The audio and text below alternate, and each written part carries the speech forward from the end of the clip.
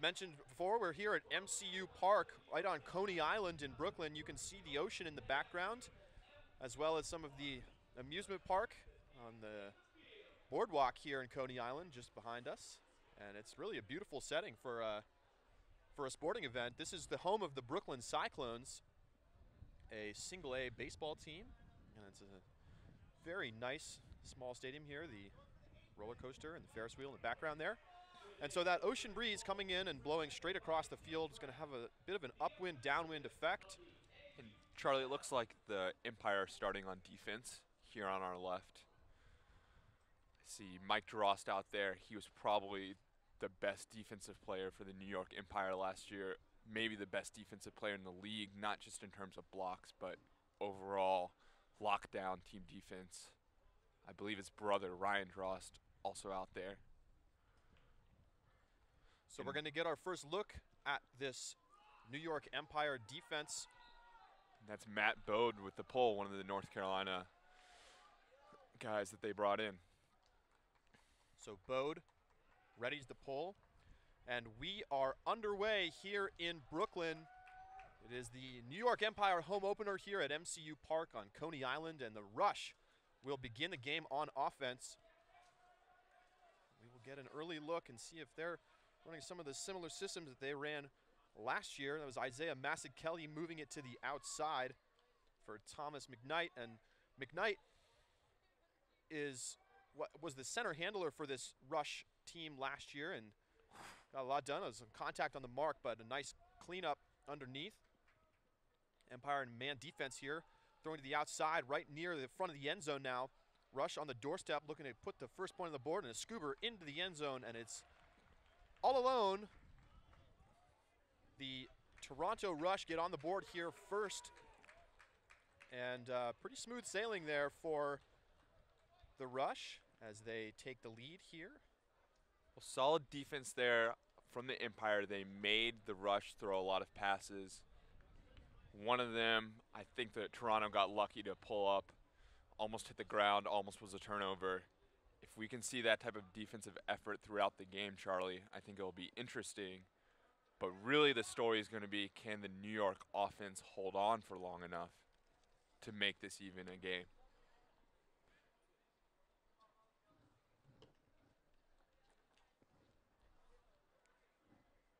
So the Rush pull to the Empire here, and it's going to be Seth Canetti picking up and centering it to Joe Santosis, two of the main handlers for this team last year, and they move it out to Lionel Wininger on the outside, back to Santosis. Stack drifting a little far downfield for the Empire.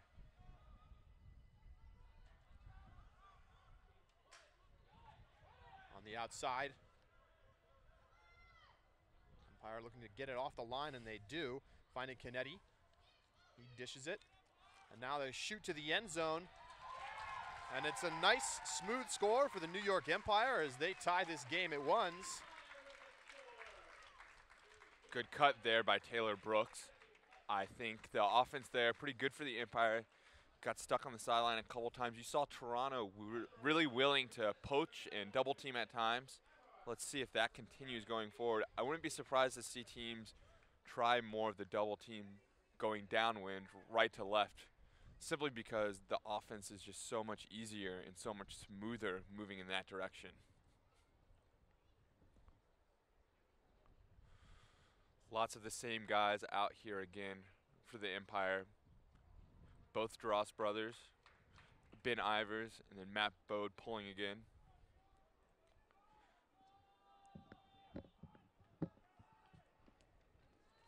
So the Rush getting their second offensive possession. No turnovers yet in the game. Little throw over to McKnight. Back out to the sideline.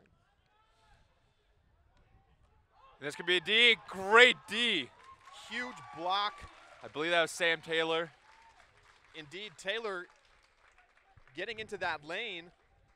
And so now giving the Empire a short field with an opportunity to take the lead here. Score 1-1 here in Brooklyn. Crucial possession right now, Charlie. And they punch it in. And so the Empire take a 2-1 lead, get the first turnover of the game and the first break of this game off of the D from Sam Taylor. And you talked about him before the matchup. as one of the key components of sort of a strong New York add to the depth chart here.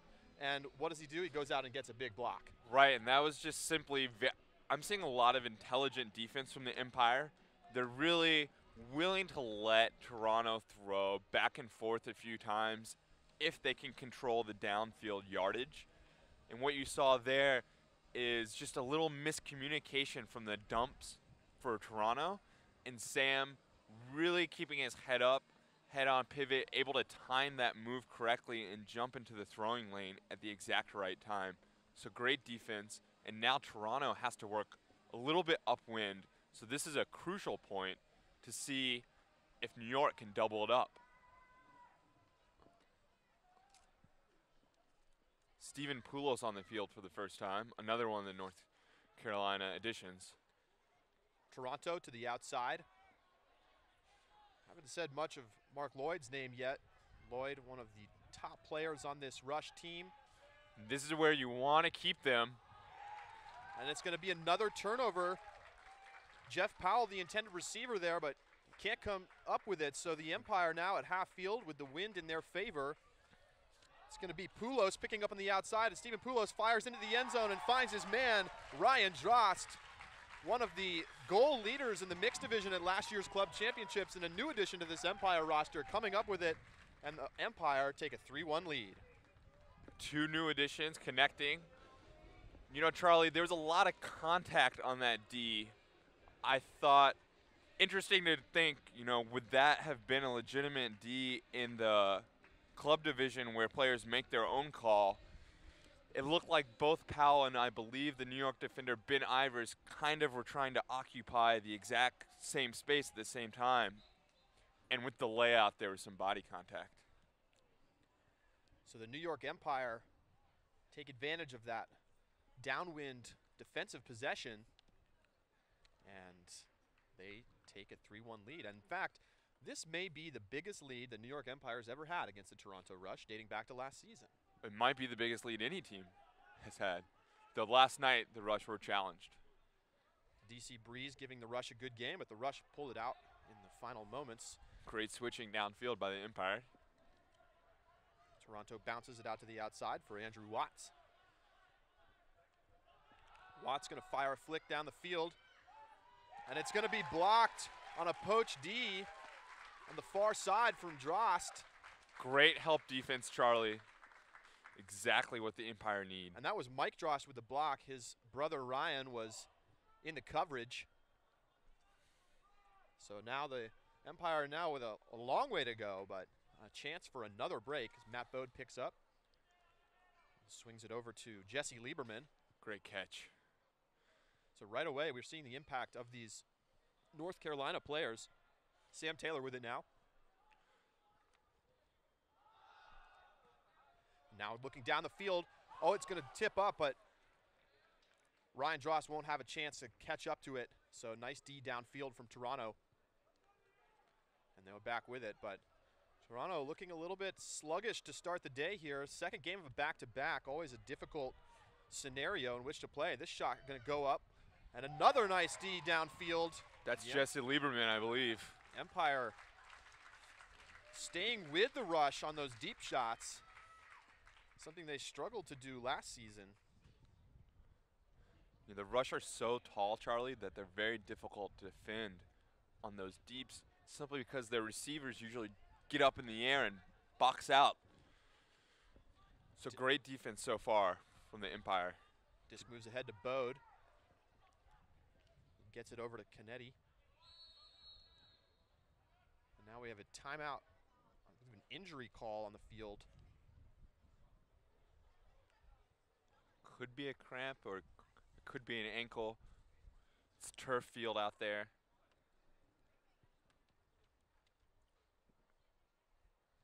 So the trainer's coming out onto the field to tend to the rush player. And this is actually brand new turf. This used to be a grass field just a couple of years ago, but when Hurricane Sandy came through and battered New York, and of course Coney Island right here on the coast took the brunt of that, they decided to switch over to a turf field. So the only dirt on this baseball field is right at home plate. So Andrew Watts gets up and will be helped to the sideline. Looks like he's hurt his left leg. So we'll keep an eye on that situation. Steven Poulos comes in for the Empire. So Poulos in on the injury substitution. Might be a decent time for a timeout here from the Empire to get their O-line out there, Charlie. Yes, if you're new to the AUDL and the rules here, you're allowed to substitute as many players as you like on a timeout, which leads to interesting strategies. Be a shot down the field from Poulos looking to the end zone, and it stays up in the air just long enough, and then right into the end zone go the Empire. And it's Ryan Drost with another score. And just like this, back-to-back breaks from the New York Empire, and they now lead 4-1. Wow. Incredible, Charlie. I thought that offensively, they were really smart there, the Empire. They focused on working it down the backhand side of the field, and you saw Steven Poulos was able to just rip a backhand, kind of a 50-50 ball, but because he's on that backhand side, he's able to get the necessary distance and height gives his receiver a chance and gives them a chance to score if they come down with it. And now the New York Empire in a great situation because, again, they'll be going downwind. If you're just joining us, the wind coming off of the ocean from the right-hand side of your screen to the left, almost a straight upwind, downwind. So the Rush will have to work it all the way up into this wind. They're going to start in a split stack here, trying to isolate cutters underneath. Not finding anything. Good downfield defense from the Empire. Again, the Empire more willing to give up passes in the backfield and try and play these lanes downfield, take the yardage gainers away. Mark Lloyd moves it to the outside. Big layout D underneath, and there's going to be a call here. A little bit of a late call. Jeff Powell had caught that disc, and then it was stripped out of his hands by Drost. So very close, I thought, Charlie.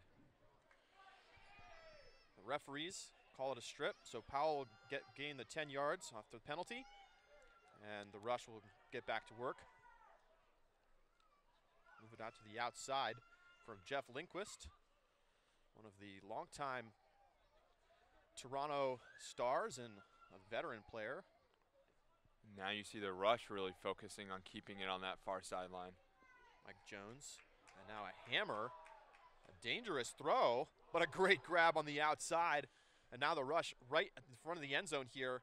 Beautiful play there. I know that throw nearly turned over, but they maintain possession. Lindquist with it. He'll step around, throw the backhand into the end zone all alone. Tried to double team there. It's a nice thought from the Empire, but a nice step around backhand from Lindquist. Well, what a play by Mark Lloyd. Really got up there. Terrible decision by the Toronto Rush to throw that upwind hammer. Very much got bailed out, I felt. So now the Empire will have to work upwind with their offensive line. Could be a good chance for the Toronto Rush to get one back. So the Empire offense faces their first upwind point and their first point on the field in a while. Played the second point of the game, and then have been on the sideline watching their defense build a lead. So the pull is up here from Toronto, and it's going to float down right to the goal line. And it will get moved over to Wininger, who goes ahead to CJ Ouellette, one of the top cutters from last season on this offensive line. Bucky Auerbach moves it to the outside for Taylor Brooks, and it's back to Auerbach.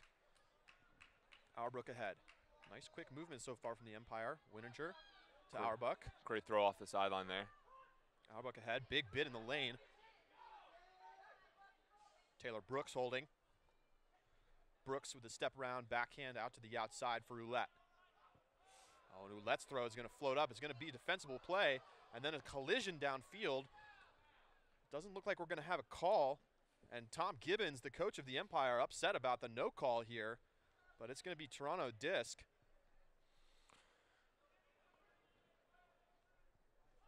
I believe that was Lloyd picking up, Charlie. Maybe handling for this defensive unit.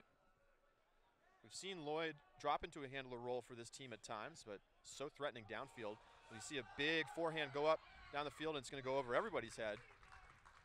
So the rush really looking to take advantage downfield. It was Lloyd down there trying to catch it. So after he picked up the disc, moved down the field, and didn't have enough there, though. The wind, I think, may have hurt him there. Just the velocity that the catch would have had to be made at. Difficult, even for an elite player like Mark Lloyd. Wininger, his flick a little bit low, looking for Joe Babino. So that will be the offense's second turnover here. Lloyd will pick up for Toronto. Now over to Cam Harris. Harris to Liam Bradford.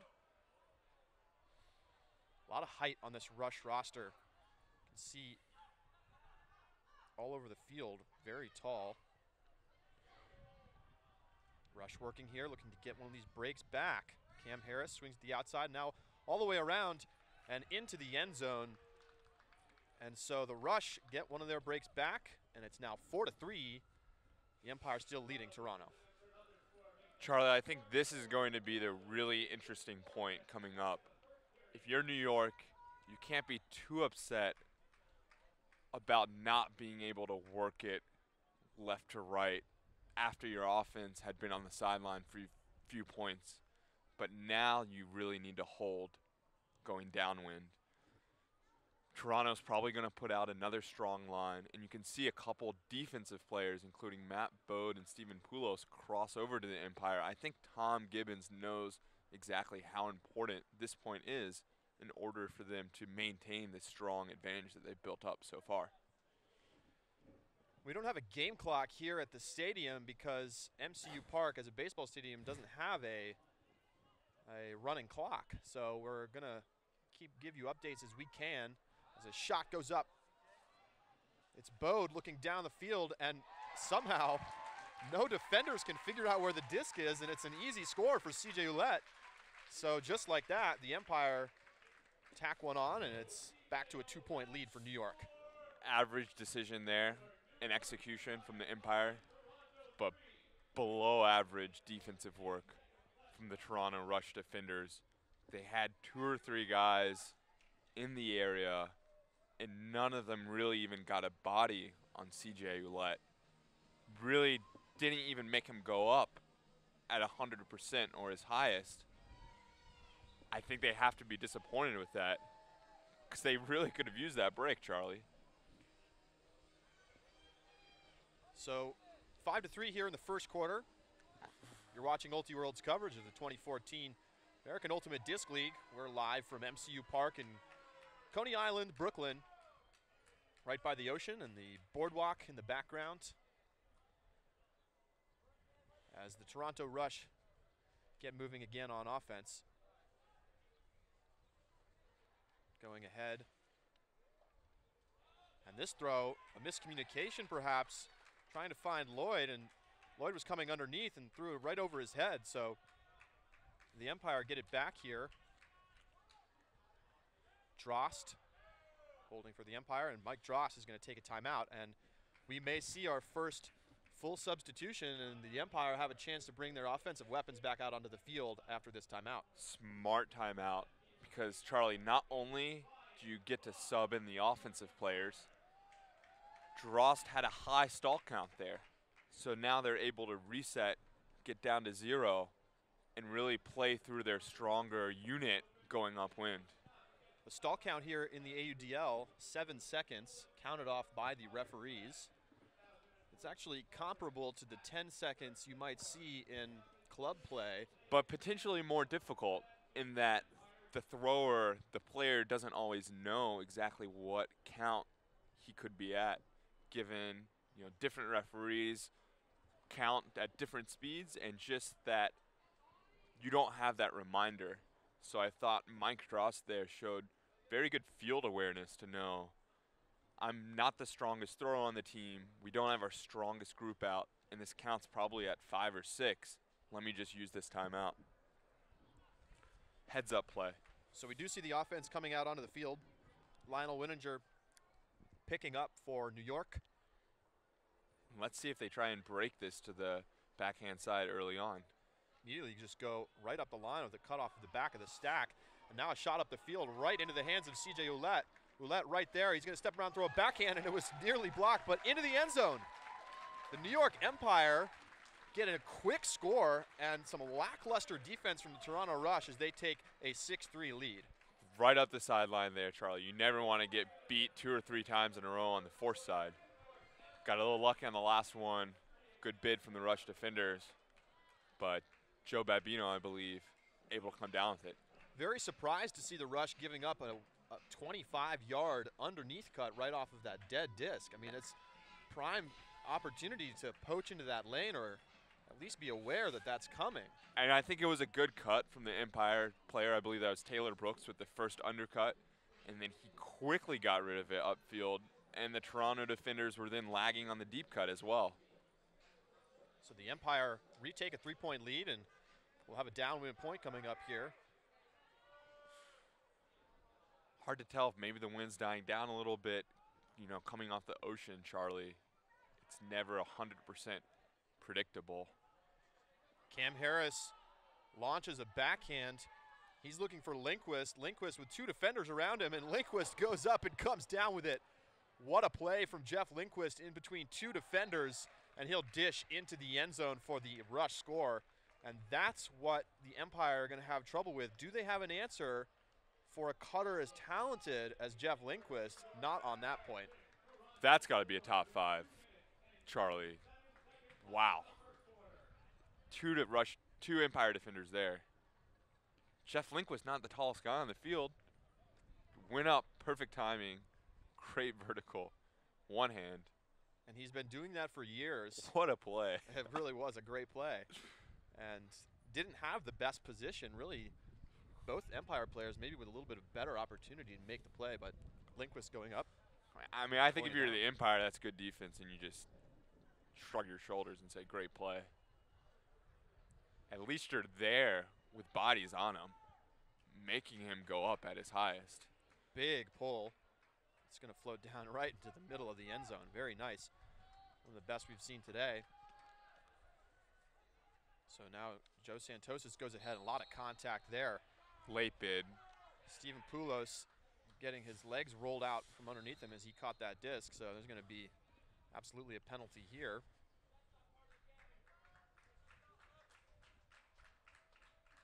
Referees talking with the players, and it'll be Dude, do wonder if Steven sold that a little bit with the referees around.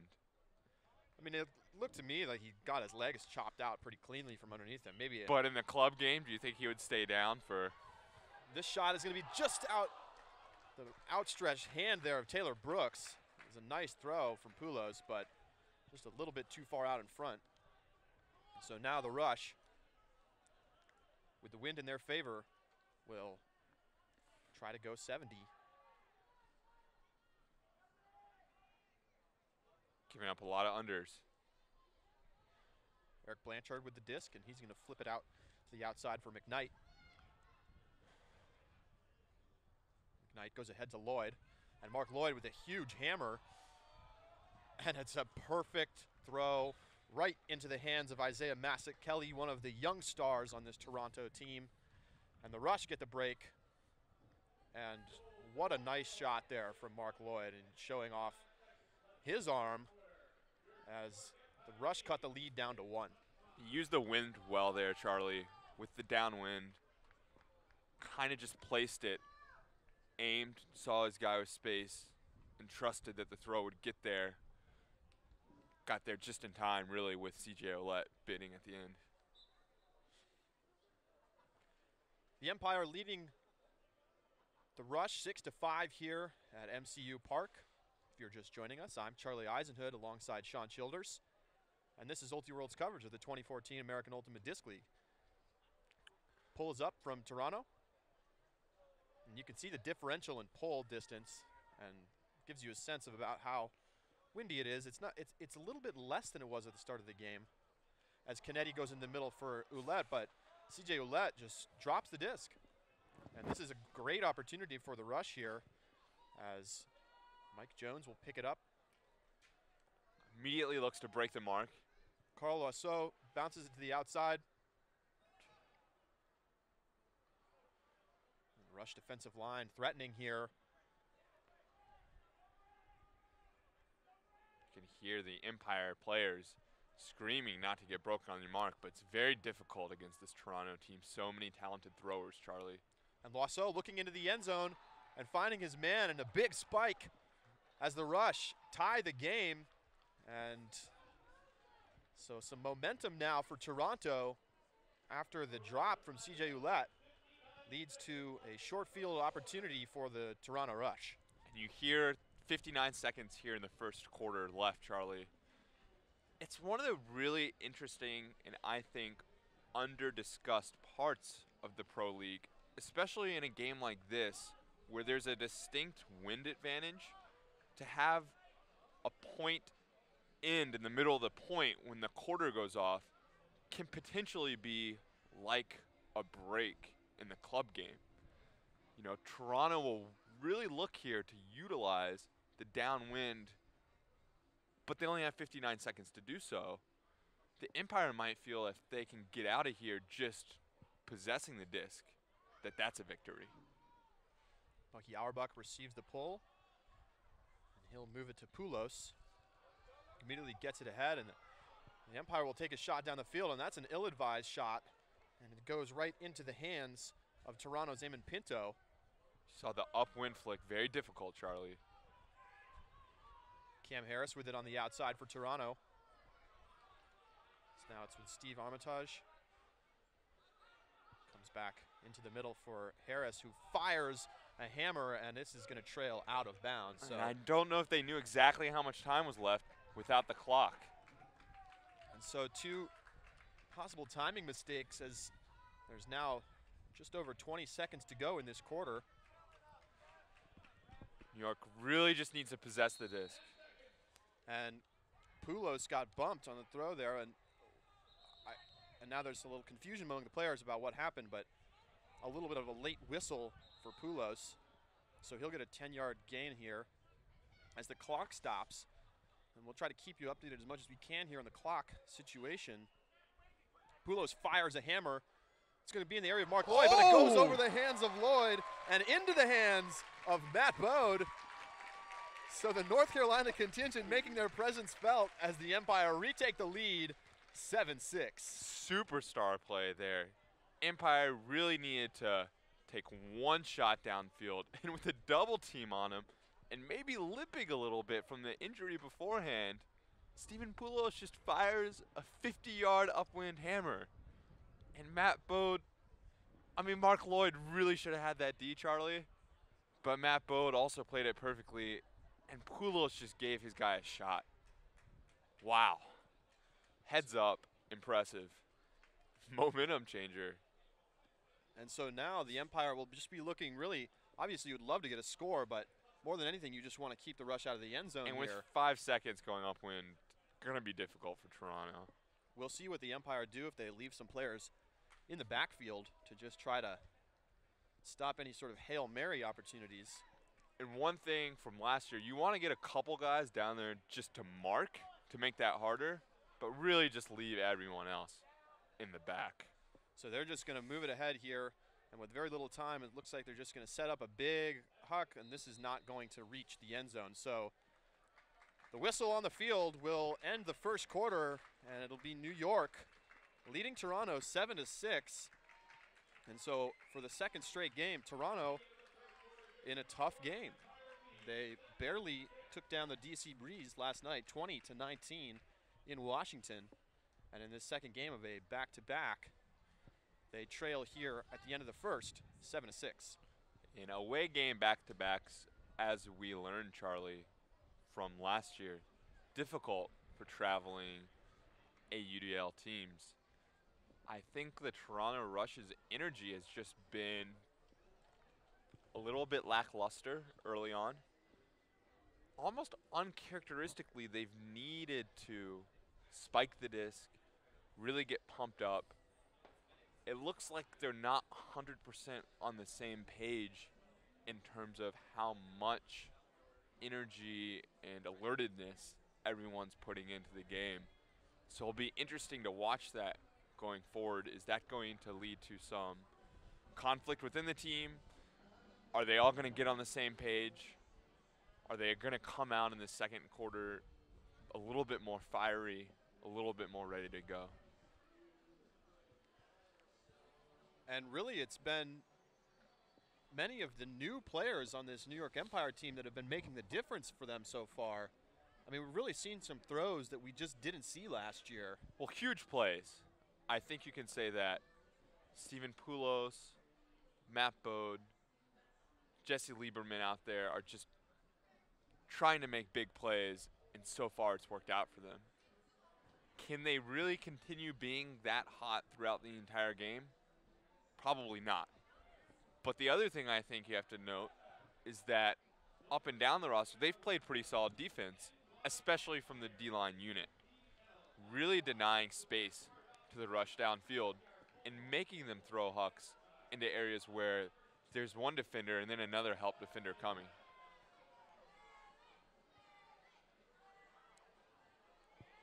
So we will see the Empire offense take the field here. And so that final score, as you mentioned, Sean, acting somewhat like a break, because now it will be the Empire receiving to begin the second quarter. And going downwind. 12-minute quarters here in the AUDL. Clock stops on scores, clock stops on timeouts, and otherwise the clock runs. Except I think for fouls in the last 2 minutes. That's correct. And there's some unusual rules at the ends of quarters about fouls there need and to be. adding time back. You basically can't foul a thrower to try to stop him from throwing it down the field with less than 10 seconds to go. Right. They'll basically add 10 seconds back to the clock and to avoid a situation like that. As we see the second quarter now underway, the rush pulling to the Empire. It will be Seth Canetti receiving the pull for New York, and he'll get it over to Joe Santosis.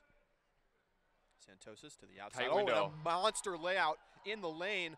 What a play as the rush sideline gets fired up.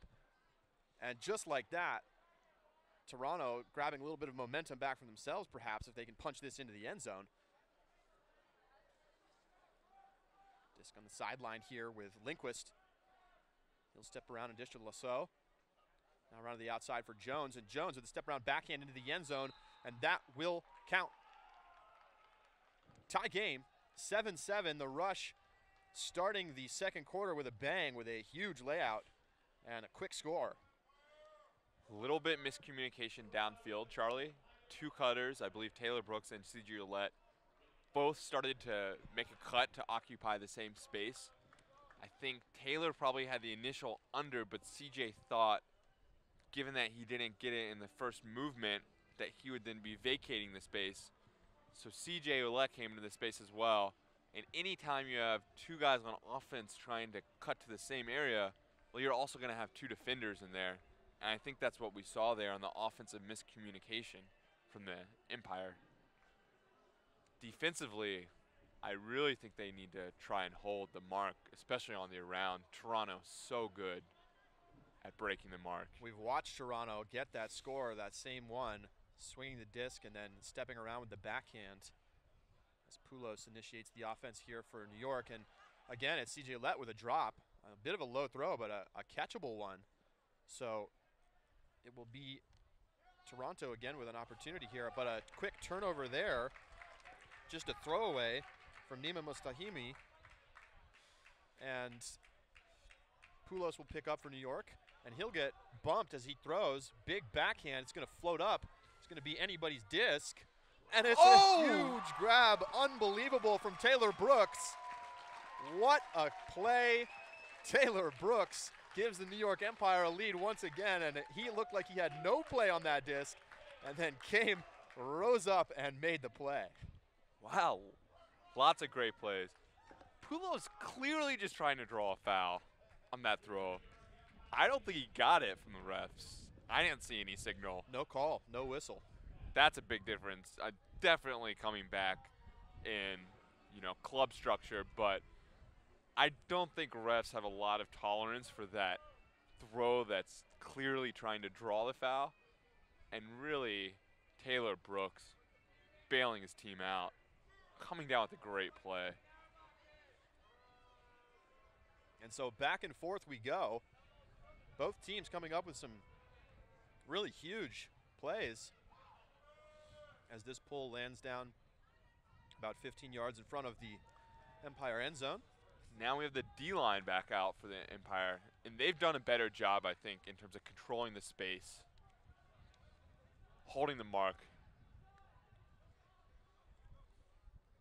Disc on the edge here for Mike Jones, and then Jones's throw too high.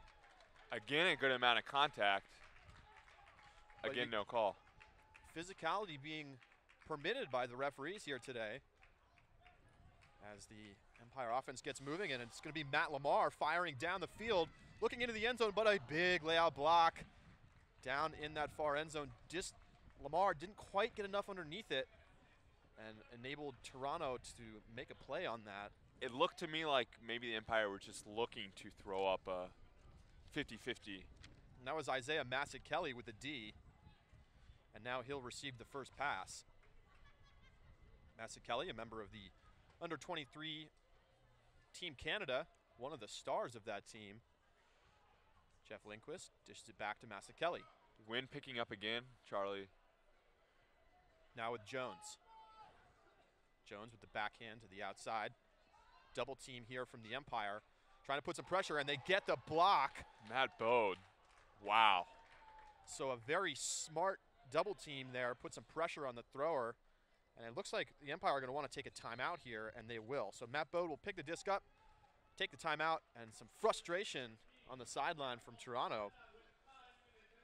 And so we'll probably see the Empire offense take the field here yet again as they have an opportunity to retake a 2-point lead. And Bode did a smart thing there. A lot of times what we've seen in the double teams are the two markers getting so close to the thrower that it's ineffective because the thrower can just step around, step low, go over the top. I think Matt Bode was able to generate that block because he let the other marker get close, and he took a step or two off, so he was almost getting it a second after it came off the rush's thrower's hand rather than getting it exactly at that point of contact. A smart play there, timely double team, very creative, and you know that's really been one of the hallmarks of this Tom Gibbons-led Empire defense. They experiment, they play around. They don't necessarily try to just stay as tight to their guy as possible. You see there an impromptu double team. What's perhaps most impressive so far about the Empire is that the North Carolina players who come up the coast have hardly practiced with the team and haven't had a lot of time to mesh with the New York folks. But so far, so good. As the offense gets set to step and tap it in, and Lionel Winninger with it to start. Doesn't have a lot of options, and now he's forced to put up a flick into the end zone. It's probably going to be blocked, and it is. Massett-Kelly intercepting that disc, and not a good look out of the timeout there from New York. Really only had one option, and when it wasn't there on that strike cut up the line, they didn't have anything else to go with. Now, some pressure here on Toronto as they try to work it out of their own end zone. Again, difficult to huck from that area. They had a guy open downfield. Rush player just didn't have the confidence to go 50 yards upwind. Mike Jones moves it around to Gord Harrison. Good mark that time. And now you have the Empire at a bit of a disadvantage because their offense is out there instead of their defensive players. Jeff Powell with it. He'll flip it ahead. Jarrett Marin moves it to Massett-Kelly. Big bid, but not enough. Jeff Lindquist with it, and Lindquist fires a flick. It's going to go over everybody's head. Nice defensive effort there from Matt Stevens, trying to basically forced the rush player to try to make a play because he thought that he wouldn't be able to back up and just catch that easily. And Charlie, that's just another bad decision. Unnecessary. Bit of a difficult look there from Lindquist. The Empire now move it to the outside, up the sideline to Lots of contact there. Taylor Brooks, and he'll get it off the line, finding Winninger. Winninger fakes the backhand. Crowd wishes they had seen the throw. Now Canetti. Canetti ahead to Babino. Double team here from the rush. Now Santos is firing into the end zone looking for Babino, but just a bit too far out in front. So both teams turning it over, and we have one of our longest points in the game. You know, I don't think Santos was able to get quite the touch he wanted on that throw. Again, like you mentioned, Charlie, the offensive unit has to play defense here, and they've really struggled giving up backhands to the rush. And now we're going to have a timeout from Toronto as they bring the disc to the goal line. So we'll see another switch. Yeah, second time out of the points, and we'll see both teams now switching lines again as the Empire bring out the defense and the rush the offense. I mean, it just goes to show you how close this game is, that both teams are looking for a tiny edge.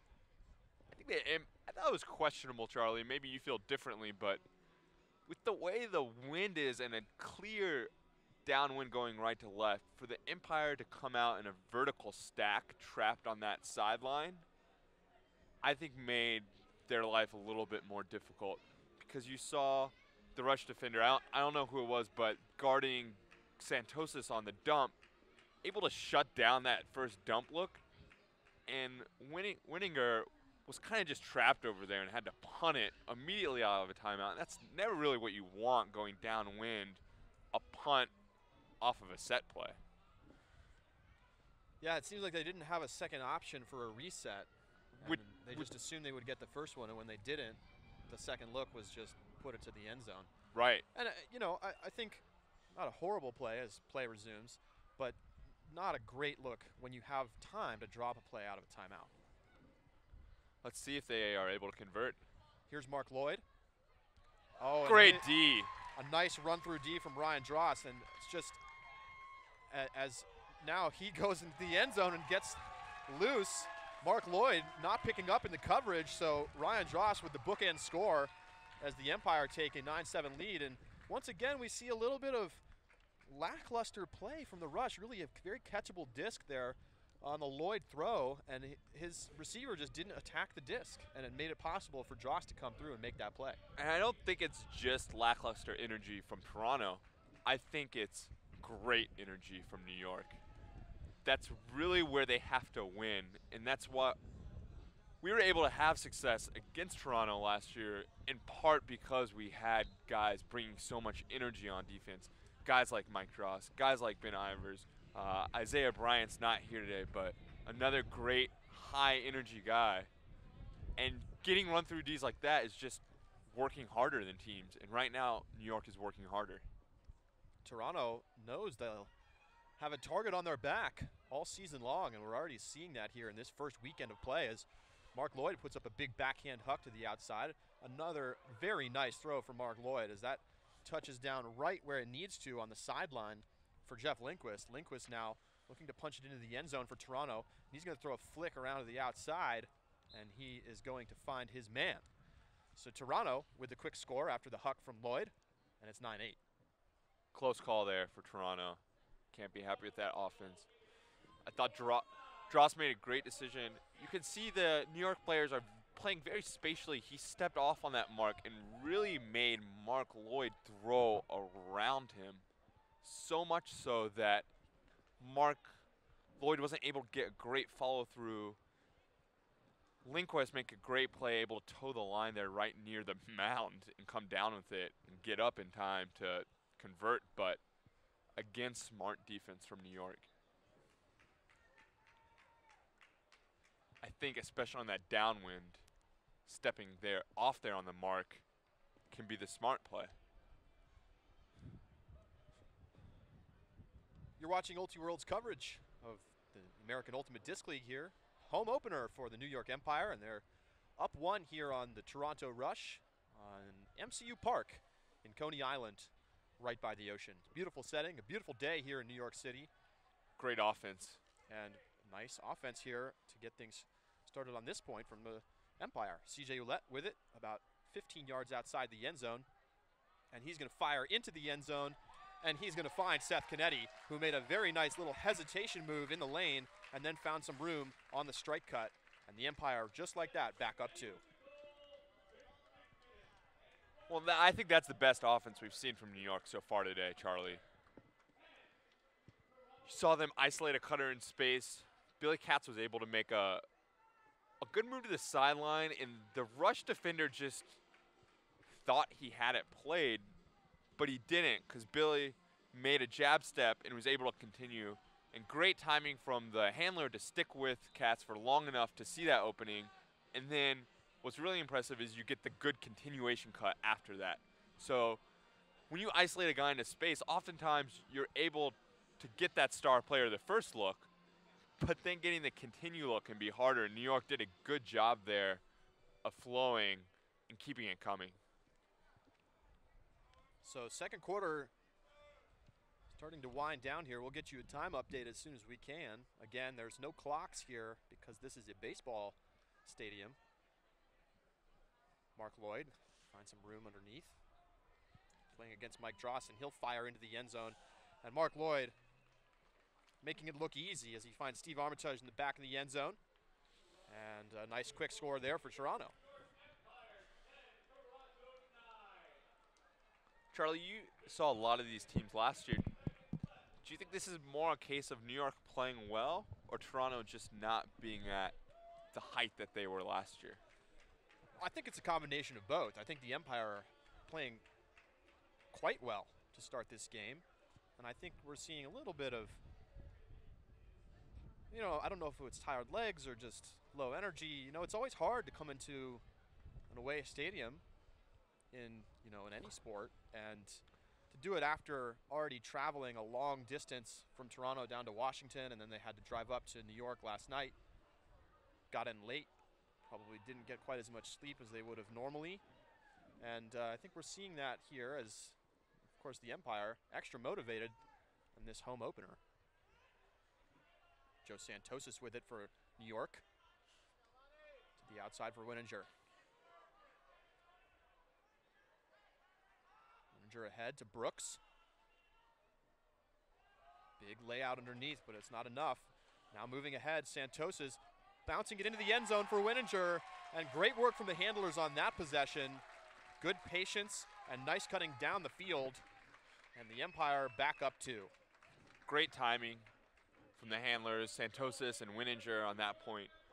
You really saw them looking upfield, Charlie, for the exact right amount of time. Just over a minute to go here in the first half. So Toronto will want to get, from Toronto's perspective, I think you really want to get at least one. And from Empire, it can be difficult. Do you try and spend a lot of time preventing them to score their score going downwind? Or do you maybe think, let's put on a high pressure D that either results in a turnover or a score early on, so then our offense can get a chance? We'll see. Mark Lloyd receives the pull. Moves it to McKnight. He'll move it. See, and Toronto looks in no rush here to me, Charlie. A whistle on the field. Be a 10-yard penalty. You wonder if they're playing the time game too. Rush moving it up that far sideline. And now a throw that is just too far out in front of McKnight. So the Empire will have it near midfield with a chance to regain a 3-point lead. And Poulos picking up and firing into the end zone. Another beautiful throw from Stephen Poulos, who just joined this New York roster about a week ago. And just like that, the Empire now up 3 with time winding down here in the first half. Immediate impact from Stephen Poulos. Clearly, in my opinion, the most valuable player here in the first half, Charlie. You can see he's a guy with experience and strength. The upwind doesn't really bother him. This is not the first time we've seen him just put a shot out there into space and say, well, I can throw it 40 or 50 yards. Receiver, try and go make a play. And New York's been able to make the plays. New York leading Toronto 12-9 here in Brooklyn. And getting set for the pull here. If you're New York, you really don't want to give an upwind score right before half with time running down. Pull lands and rolls just into the end zone. New York playing prevent downfield. See a lot of defenders behind their marks, trying to keep them from getting anything of a huck down the field.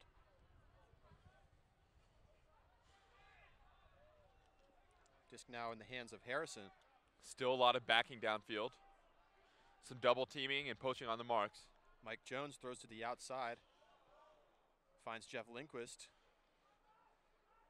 Lindquist back to Jones. Great defense here from New York, Charlie. Some contact in the lane, no whistle. And you're seeing very good defense here from the Empire. Yes, Toronto is moving the disc, but they're not getting the shots that they want. And now stall we on the see mark. a huck down the field, but it's not going to count because I believe you're right, Sean, that's a stall. And so holding the disc a little too long. And probably New York might have a chance to build on its lead right now. There's 35 seconds left here in the second quarter. So plenty of time, especially given their field position for New York. And you almost wonder if they want to hold the disc a little bit before trying to attack the end zone just to make it harder for Toronto to get anything. But they're going to fire right away, and why not? Because there's a wide open Ryan Drost in the end zone. Totally blown coverage from the rush. On the open side. On the open side, and it's now 13-9, and this is New York's biggest lead of the game. Toronto's in trouble, Charlie. I thought that was great defense from New York, especially given the situation. Do you really want to give up that many touches in a normal situation? Maybe not. But everyone downfield from the Empire knew their job was to back and make Toronto try and throw 20, 30 passes at that point. Use the clock to their advantage. New York's going to have to do it again here. Going to be a... See what the officials are signaling.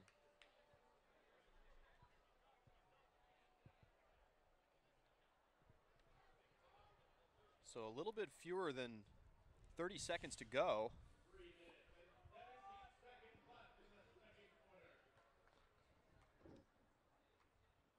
A little confusion here on how much time's left.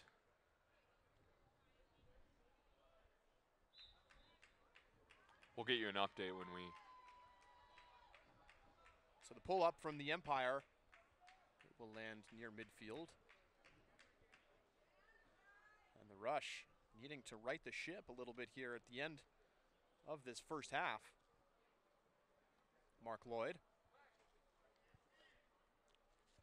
He gets it ahead.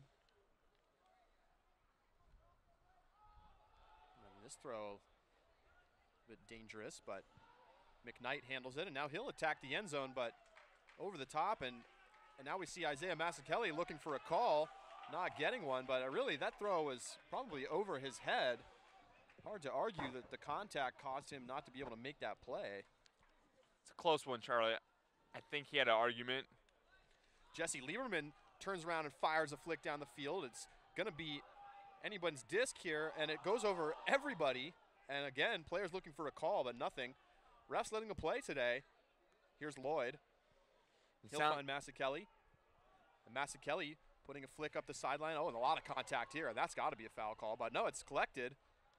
So we may have a stoppage of play if just for a moment because of that contact, but Toronto came down with the disc, so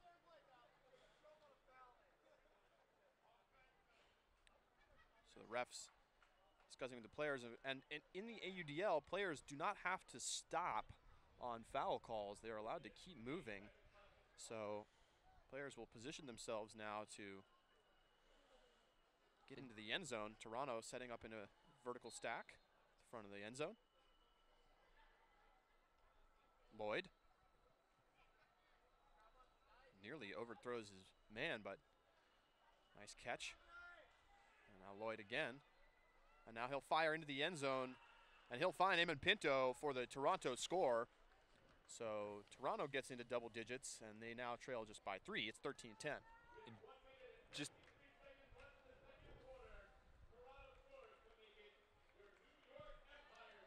to give a quick update, it sounds like the earlier reports about the time were incorrect, and there now is about 2 minutes left in the half. Again, tricky without a clock on the field. We were hearing divergent information about exactly how much time's left. We do know now it's 1 minute and 53 seconds to go here in the first half. In Toronto, will look to use those 2 minutes, I think, to try and make a little run, tighten it up before halftime. A couple of breaks here could make a big difference for their confidence going in. See if they come out with any kind of different defensive looks. Sticking with man, it looks like. Santosis in the middle, gets it to Wininger. He'll go up the sideline to Ouellette, and Ouellette immediately turning and firing a backhand that is blocked. Not a good decision there from Ouellette, with good coverage underneath there from Jackie Howe. So it looks like Empire might set up a double team immediately off of this. We've seen this a lot, and it's easily broken there by Lindquist, but Still players setting up in a double team right on that cone. Still too close, I think, Charlie. When you get that close on the double team, it almost is easier to get around it. Mike Jones steps around, throws a backhand to Cam Harris. Cam Harris looking down the field. He'll fire a flick. Wininger beat. And a nice throw up the field there. Trevor Henry with it now. He'll move it to the outside. Empire players playing catch-up. Scrambling a little bit. Here's Mike Jones. Jones, backhand. He's had that throw all day. All of these rush players have. And now looking into the end zone, and it's a catch. Nice job towing the line right along that outside edge.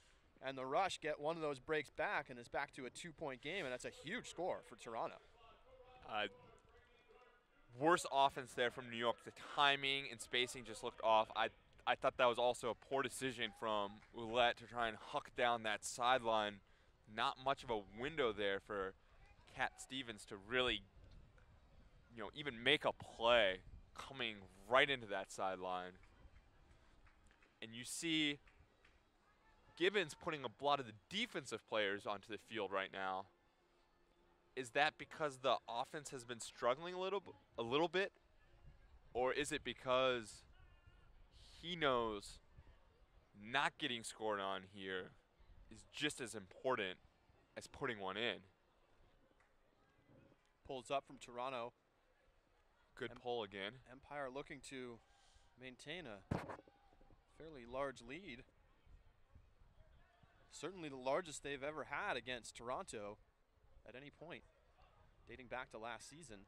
Up the sideline to Ouellette all alone. You got a wide open guy. And Ouellette again firing a big shot. This one into the back of the end zone, and it's a nice catch on the rundown from Billy Katz. Had to make a catch with the disc trailing the wrong direction away from him, and a nice two-handed grab to put the Empire back up 3. Yeah, Charlie, you nailed it exactly. The Empire was able to go up the sidelines a couple times in a row there, and the rush defense really came into this near side space. Katz, noticing his defenders off him, starts streaking down the far side space, but instead of a disc that came to him outside in, right to left, he had to go chase down a disc that was really coming back into all of the action.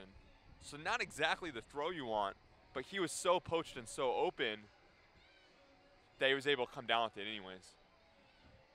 So the Empire back up 3 here. Looking to maintain this edge into halftime. Pull is up from New York. Let's see if they go with that prevent defense again, Charlie. Cam Harris in the middle, moves it over to Mark Lloyd. It does look like everyone's backing. Lloyd to Masik Kelly, strong line out there for the Rush. 15 seconds to go here. Tons of switching downfield. Lloyd, 10 seconds. He's gonna put it for sure. Lloyd thinking about it, and now firing the flick. 3 seconds. This is gonna be it for the half. Floats over everybody's head, and a caught. Oh, and it's a Toronto score. somehow kept his feet in bounds on that far sideline. And that's a massive score for Toronto, who cut the lead down to just 2 with a last-second grab as time expired right in the front corner of the end zone. And Mark Lloyd did just enough to keep that in play. Yeah, a great play from him because you saw the Empire players, it may have been Dross on the mark, you saw them drop off knowing I'm not going to give up a backhand. You're going to have to throw that flick upwind. And Mark Lloyd, one of the best players in the world, was able to get it literally the last inch there, and his receiver helped him out by making a great play. And so at halftime here in Brooklyn, the New York Empire leading the Toronto Rush 14-12. We'll be back in about 10 or 15 minutes for the start of the second half here on Ultiworld. Hello and welcome back to Brooklyn. We're live from MCU Park. This is Ultiworld's coverage of the 2014 American Ultimate Disc League, where the New York Empire lead the Toronto Rush 14-12 as we get the second half underway here from Coney Island, just off of the ocean here in Brooklyn. And it's Toronto starting on offense to begin this second half. I'm Charlie Eisenhood alongside Sean Childers. And we see a shot down the field right away from the Rush, and they score. Cam Harris into the end zone for Toronto as they cut the lead down to 1. And if we remember, right at the end of the first half, Toronto able to put one into the end zone on a Hail Mary last-second huck from Mark Lloyd that just found its way to the front corner of the end zone. And so now it's just a one-point game, and the Empire holding on to this lead, but a thin one at this point. Yeah, thanks, Charlie. You saw again the Rush able to go deep there. Cam Harris, big player for them last season. We haven't really heard his name much in the first half, so I think they'll want to get him going here in the second half as well. I was able to talk to Empire coach Tom Gibbons a little bit during halftime. Maybe we'll get a chance to talk for a second about adjustments New York's planning on making, but with this pull going out of bounds. And so what did you hear from Gibbons, Sean? Well, he seemed pretty confident. He thought, like we had thought, that they had done a great job controlling the spacing and the timing, especially offensively, but they really need to get better on the marks. And I think that was their New York's weakness in the first half. This play gets underway here. Lionel Winninger with the disc for New York. He'll move it ahead to Joe Santosis. Santosis back to Winninger. Good throw off the line there. Great fake from Lionel. Now into the hands of Taylor Brooks. Brooks dumps it off to Santosis. To the sideline for Winninger. Toronto with their classic switch move on the upline cut. Nearly turned over there, but just sneaks through into the hands of Joe Babino. And now back to Santosis. Santosis with a big step-around flick. Just throws it out into the space, lets C.J. Ouellette run it down. A little more zony look here from Toronto, and now firing towards the back of the end zone and too far out in front of Matt Stevens. And so the Rush now with an opportunity to tie this game. And that's another turnover for Ouellette. Tough throw there through the defense, and had to really try to put it right into the corner and just missed the spot. So Toronto will have it here with a chance to work the full field and not the game at 14s.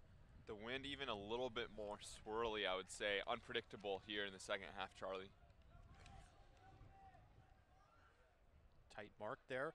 Mike Jones throws the backhand around to Harrison. Now ahead to Marin. And his throw is going to float up, and it bounces up again into the air, and then it's caught on the third effort. So you can see the wind wreaking havoc a bit out there as that throw bounced on some gusts a couple of times. So now the Rush working up the field here. Trevor Henry moves it off the line, back into the hands of Marin. He'll dish it ahead. It's Jones. Moves it up the line, and now attacking the end zone are the Rush. Oh, and the throw bounces out of the hands of Marin, who had it and was right there to make the play. And I think the wind made that a more difficult layout than it would have been on a calmer day. So the Empire offense gets it back. Winninger immediately unleashes a big backhand down the field and a nice defensive effort down there from Toronto. Jeff Powell laying out and making the play. I'm gonna say that's a punt, Charlie. With the wind picking up, I think New York really didn't want to get pinned down there in their own end zone.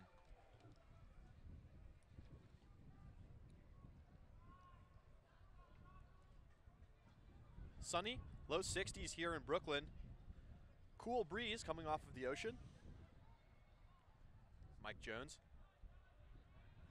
Double team now from New York. Mike Jones tries to step through, throws the backhand, and a foul going to be called here. And could it be a stall though? A little unclear now what happened. And maybe we'll have a timeout. Tom Gibbons yelling at the referees on the sideline, not happy with the call on the field. Typical Tom Gibbons in terms of wanting to get out there and talk to, maybe influence the referees. Like I said, Charlie, I was able to speak with Tom at halftime. He talked a lot about the marks as that being the spot they need improvement the most, New York, coming in the second half. He said, we're doing a decent job containing in the first second or two on our approach to the mark, but then after we approach, we're again getting too close. And you know Toronto, he mentioned this, they're so good at continuing those backhand breaks. So it's not just when they get the one off the sideline. They get the one off the sideline and the second continue upfield, and sometimes the third continue all the way to the far sideline and for lots of yards. So I think that's what he wants to see improved. And he also spoke about maybe moving some younger players, including Billy Katz, back to the offensive line, just so he can get more strong markers out there. So with some substitutions made, the teams retake the field, and it'll be Toronto working out of their own end zone. Again, able to get that backhand off, but New York able to seal that time and only give up one. Thompson Knight with it. He'll get it over to Mark Lloyd. Big name offensive players in the game here for Toronto. Lloyd fakes and then throws the backhand break out to the sideline. Toronto moving it up that line. Armitage. Now double team from New York. And they drop off the double team. Smart double team there, controls the spacing. New York able to move it back to this near sideline. And a drop in the middle of the field. Is that Cam Harris? Cam Harris, just uncharacteristic. A straightforward drop in and out of his hands, and now it's going to be a dangerous play. Oh, a nice grab on the outside, maintains possession for New York. Drost to Drost. The Drost twins. Both players. Guy wide open here, and they're not able to find him. Jesse Lieberman on this near sideline, wide open in the end zone. And so, tough turnover for New York. Gives it right back to the rush. They'll immediately fire down the field. This is going to be anybody's disc, and a nice grab from the rush player downfield at Steve Armitage with another nice play. Here's Mark Lloyd, threatening now, and a whistle on the field. Looks like a foul on the mark. So it'll be Lloyd getting a 10-yard penalty, and he'll get to center the disc here. Gonna go backhand, probably. And you can see the double team trying to put some pressure on the dump, but they get it off, and now they'll attack the end zone, but a poor throw and a poor decision there from Cam Harris. Throws right into the Empire defense, and so it's an easy block for New York. I think it was Mike Drost, of course, with the block. Off to the races here, moving it quickly up the sideline. The crowd excited to see New York attacking down the field. Working towards that end zone now. It's Matt Lamar with it on the sideline. They need one more cut here. And Lamar going to attack with a little blade into the back of the end zone. And the Empire punch it in. 15-13. So what looked like a point that the Rush almost certainly were going to score turns into a quick attack down the field for New York and back to a 2-point lead. Charlie, I don't know if you noticed this, but it looks like both teams struggling a little bit more with fatigue coming into this second half. And that was really the first marathon point we've seen in this game. And, you know, the Empire struggling a little bit to get upfield, the Rush struggling a little bit even more to catch up as New York was able to get that D and move it quickly. It could be something interesting to follow in the second half, especially with Toronto coming off a back-to-back.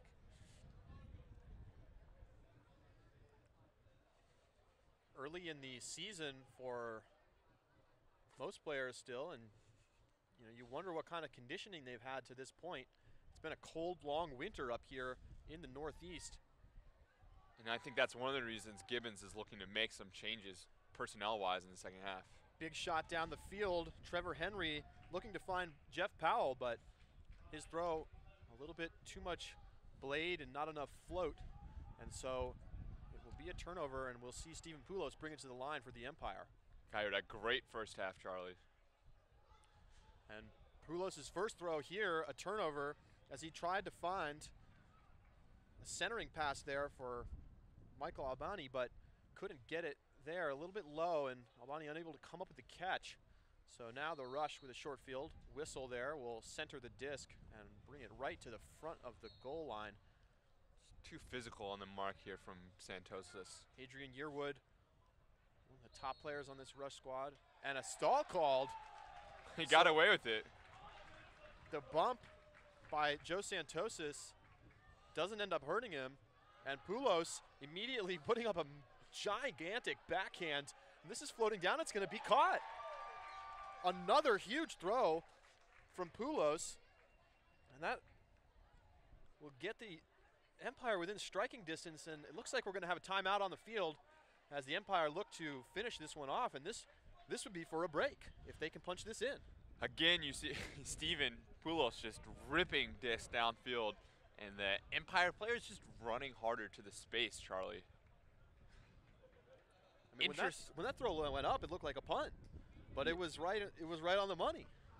The Empire player was able to box out the Rush defender, but again, I think Toronto is not getting enough body contact downfield. You see these refs are letting the players play through a lot of physicality, and Toronto just needs to stay tighter downfield instead of letting the Empire players, box them out or run onto it.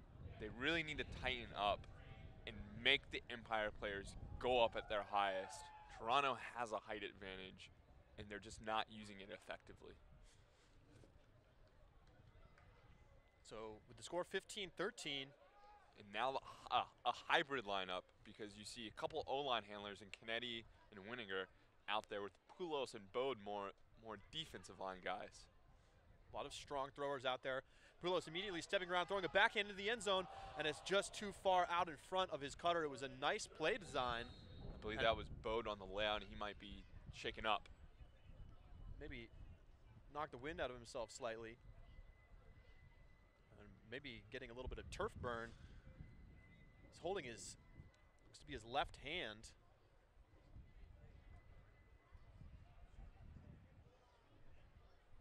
So Bode going to come to the sideline.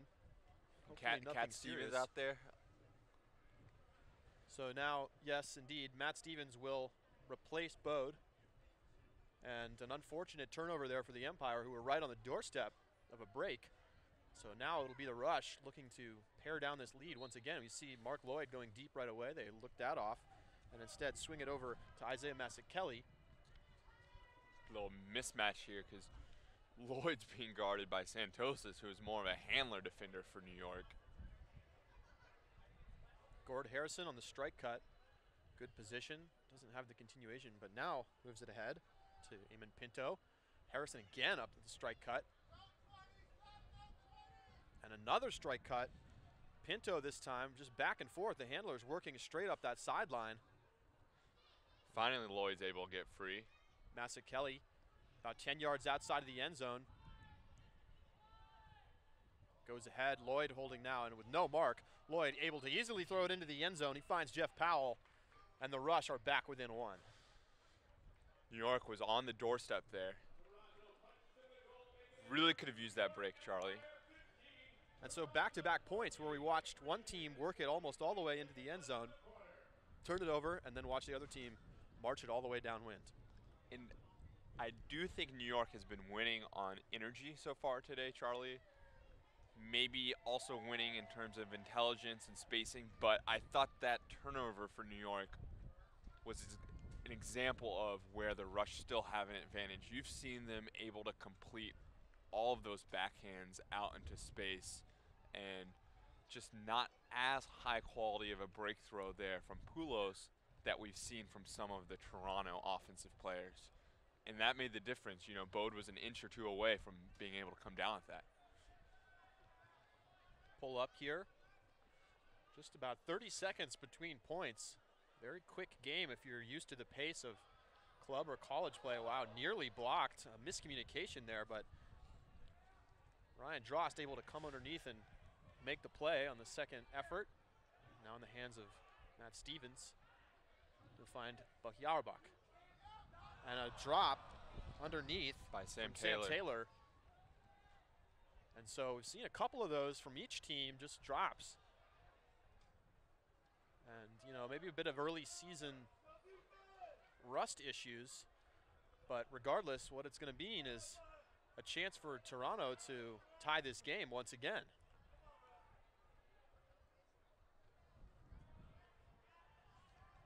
Disc moving around back and forth between the handlers for Toronto. And Wham-O moves it ahead. And now taking a shot downfield, looking out to that sideline. Will it stay in bounds? No, it will not. So trailing out of bounds on this near sideline, and that's a break for the Empire. So Gibbons doing some cross subbing here. We see Katz and Ryan Drost out here. Norm been playing D-line most of the day, and Sam Taylor as well on this offensive unit. I think their timing and spacing is a little bit worse this point because of it. Wininger around to Auerbach. Auerbach fires to the outside for C.J. Ouellette. You can see the stack too far downfield. Auerbach again finds Stevens. Crowd trying to motivate the Empire. Nice catch from Wininger there. He'll go up the sideline to Stevens with a little breathing room. Now a strike cut, and Stevens just underthrows that as he tries to find Sam Taylor, but just too far out in front. So another poor turnover from the Empire. After having worked all the way down there. So right on the last throw, it's been the mistake. A couple points in a row here for the Empire. Dangerous throw in the middle there for Toronto, but Cam Harris able to come up with it. Can they hold the mark here, New York? They've struggled with that, especially this offensive unit. Now a big flick down the field, and nice coverage down there from Matt Stevens, who is body to body downfield. About a minute to go. Here in the third quarter. That's plenty of time for New York to work it. But they have Katz going deep now. Looked off. Sam Taylor now double teamed. Now he'll throw out to Katz. And a Lionel Wininger wide open on this side. And Billy Katz going to throw a hammer all the way across the field. He finds Wininger in the end zone with the head spike as the Empire take a 2-point lead here later in the third quarter. It's 16-14. And Charlie, it's an interesting strategy now what Gibbons is doing. You see the timing and spacing is a little bit worse from New York, but they're able to get better defense on the turn because they have a couple of the younger D-line guys out there like Taylor, like Katz, like Drost. And then on a longer point like that, I think that's an advantage.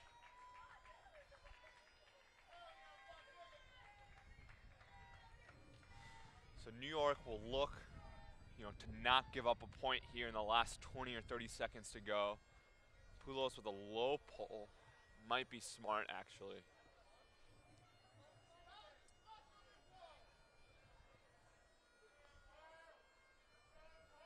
So the rush working here. Mark Lloyd with it. Now moves it back over At some to point, Yearwood. they're just going to have to put something up, Charlie. Probably another pass or two is all they can afford. Lloyd holding, now moves it ahead. And a great D. To dish it to the outside, and it's blocked. A great play from Seth Canetti, and now he's going to get down the field. Will he be able to catch up? Not quite. So it will be Toronto disc once again. And I'm sorry, that was Mike Drost with the block. Classic Mike Drost. And with 10 seconds to go, Mark Lloyd putting up a big backhand, just trying to move it down the field. Won't be anywhere near the end zone, and it will be blocked.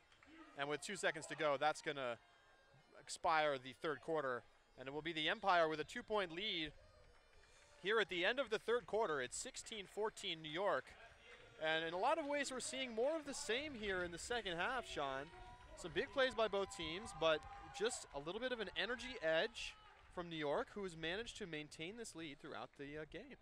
And it's, like you said, Charlie, it's going to come down to a few things here in this fourth quarter. First of all, I think you can expect Toronto to play a little bit better and bring a little bit more energy with the game on the line. So that's the first thing I think you think about going into this fourth quarter. The expectation has to be that Toronto is only going to get better. Now, can New York also step up their game, given the fact that they only need to hold on to the lead? I think they can. They can still do better on the marks. They're playing smart downfield defense. You can see, Mike Drost having a huge impact for them, generating blocks downfield. Stephen Poulos having a big impact for them just in his ability to punt upfield. So I would say they have the guys to make a run and hold on here, but it's going to be very close. So the team's huddled up here as they get set to begin the fourth quarter. The Empire trying to take down the Toronto rush, and if they do manage to hold this lead, it will be the first loss ever for the Toronto Rush in the AUDL. And Coach Gibbons is going to have some difficult decisions to make here in this fourth quarter.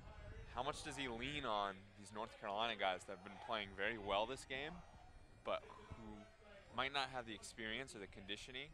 How much does he keep cross-matching O and D-line guys together? In this wind, it's very tempting to do that because you need guys that can throw upwind. Guys like Santosis, Canetti, Poulos, Winninger.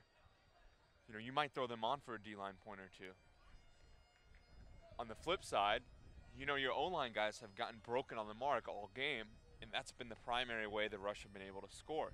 So you might want to keep putting a couple D-line guys onto the O-lines. It looks like he's going to go with Taylor here on this offensive line.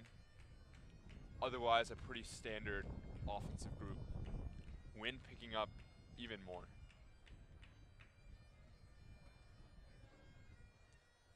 So the breeze has been swirling since the beginning of the game, and it's gone through various phases of light and heavy, but it's right now mostly consistently around 10 miles per hour and swirling a bit in the stadium. Lionel Winninger looking down the field. Oh, and it's hanging up. Could it be caught?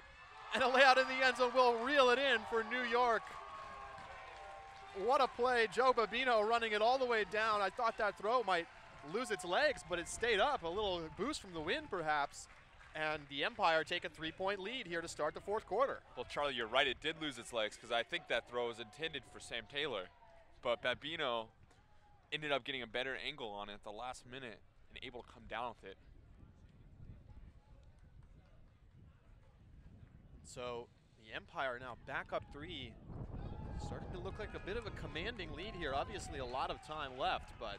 Well, it's 3, but the Rush have the downwind here.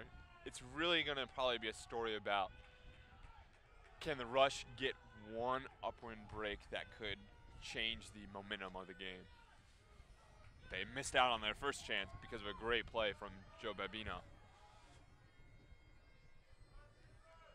So Toronto now needing to score all of their offensive points as time winds down in the game. You again can watch the New York defense sagging off into the lanes a little bit, willing to give up these backfield passes.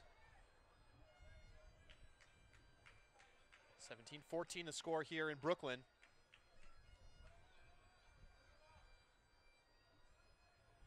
Bode's going to be close. Nearly comes up with the play. Now a whistle on the field, and it's going to be a 10-yard penalty against the Empire. Looked like Matt Bode maybe trying to bait that layout, and just a great play from the rush player to get his body there first. Get the catch and the foul.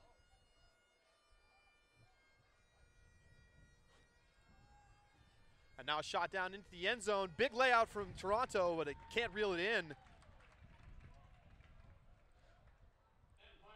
Drost on Lloyd there, two big names. I thought Lloyd was going to get to that. You can see he got a hand on it, but not able to convert. And so now New York moving back up the field. Here's Mike Drost. This would be a huge score, but this throw from Drost is going to float up, and it's going to be easily intercepted by Toronto. So Toronto now looking to march it down and get it back within 2. Here's Lloyd. He flips it ahead. And now looking into the end zone, and it's just past the hands of Mike Drost. Well, that might have been Ryan. And that's, I'm sorry, that's his brother Ryan, absolutely. In all fairness, twin brother. The longer hair of his brother Ryan Drost. So the Rush put one other one on the board here. 17-15 the score. And they're hanging in there. But they've got some work to do on the defensive side of the disc. I thought a couple mistakes there from the New York Empire D-line offense. Matt Bode made a good throw out to the poached Mike Drost in space, but again, being trapped on this left near side sideline makes that a very difficult throw. Mike Drost on the field for his defensive expertise, and he just didn't really follow through or get the wrist snap necessary, and because of that, the throw just popped up Charlie, and Toronto able to come down with the D. So here's Wininger for Brooklyn. Interestingly, Wininger is not really looking at the underspaces as much anymore. He's really looking to... And a stall called here on Joe Santosis. And so now the Rush with a great opportunity here, about 35 yards out of the end zone. Good backhand mark, but able to get the IO flick off. Beautiful throw across the field. Now ahead. And now they're back on this backhand side.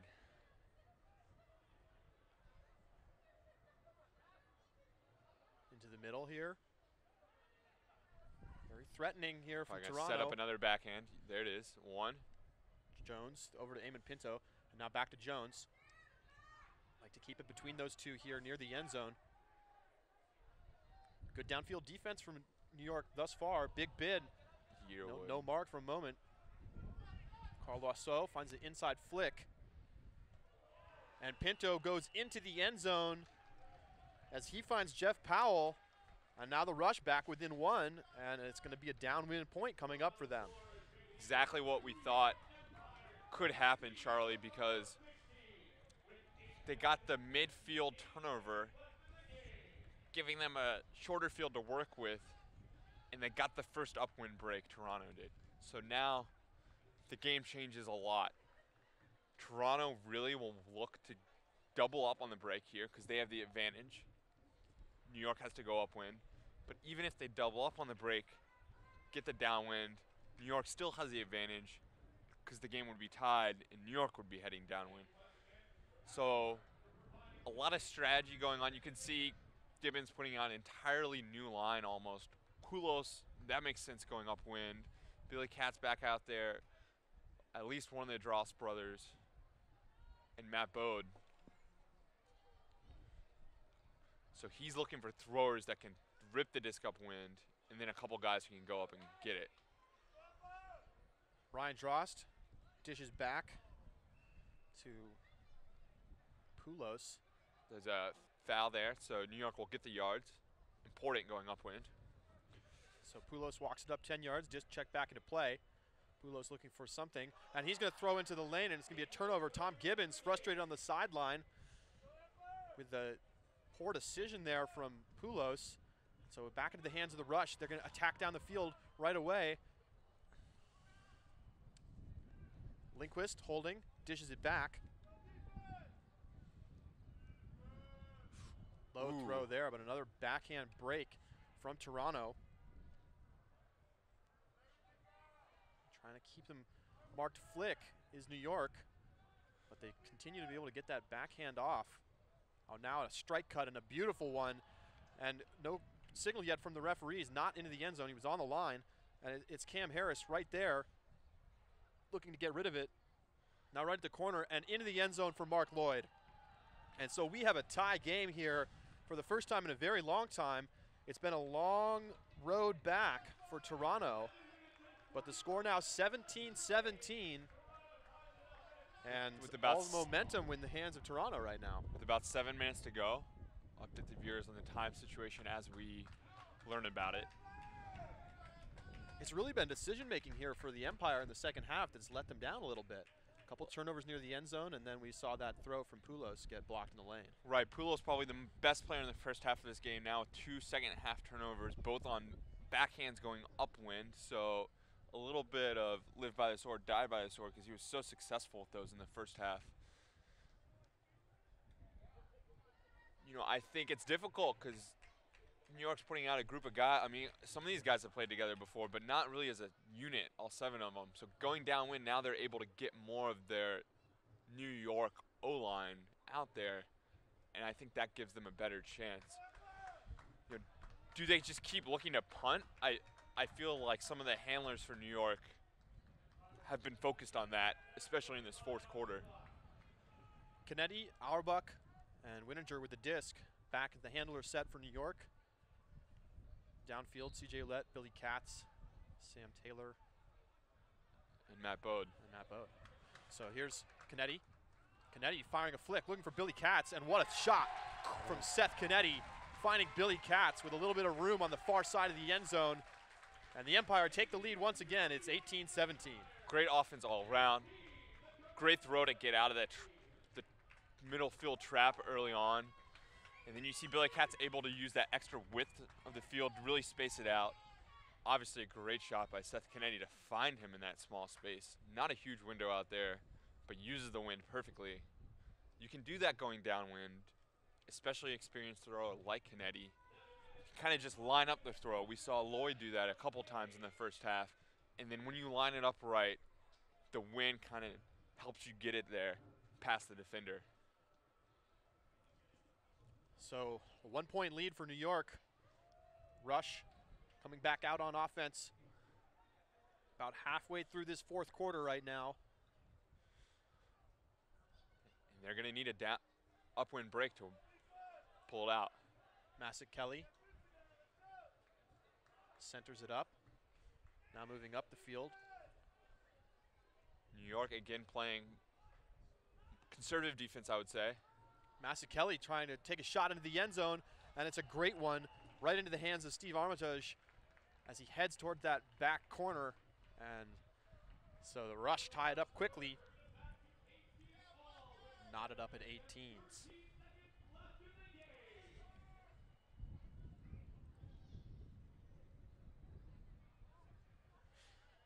You're watching Ultiworld's coverage of the 2014 American Ultimate Disc League, live from Coney Island at MCU Park here in Brooklyn. You can see the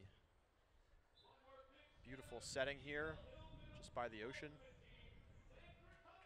And this is the home of the Brooklyn Cyclones, the single-A baseball team, plays here during the summer. Lots of pressure here for New York. And so with the pull up, both offensive lines needing to hold. This lands in the hands of Seth Kennedy. We'll find C.J. Ouellette on this near side. Right back to Kennedy on the strike cut. Good trap here on the sideline. Kennedy steps around, finds Wininger.